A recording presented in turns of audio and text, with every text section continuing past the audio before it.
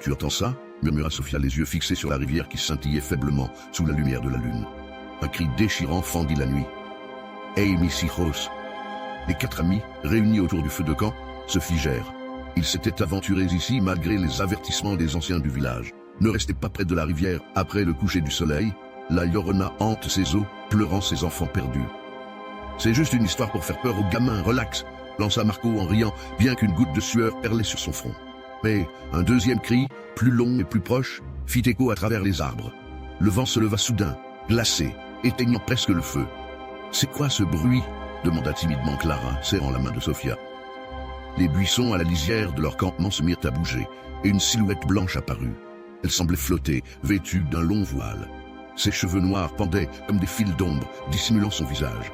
« Ok, qui fait cette blague? Sérieusement, ça suffit », grogna Marco en se levant, son courage vacillant.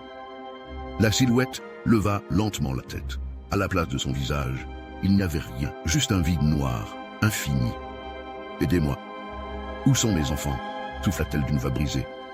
Marco recula précipitamment, mais son pied glissa sur une pierre mouillée. Il tomba à la renverse, près du bord de l'eau.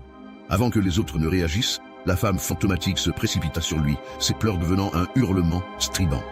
Elle l'agrippa, et ils disparurent ensemble sous l'eau noire, laissant derrière eux des cercles glacials.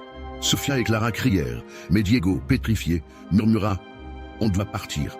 Maintenant !» Le groupe courut à travers les bois, le cri de la Llorona résonnant encore derrière eux, comme si elle les suivait. Depuis ce soir-là, personne ne revit Marco. Les anciens avaient raison. Si tu entends son cri, ne reste pas. La Llorona cherche toujours ses enfants, ou une nouvelle âme à emporter dans son désespoir.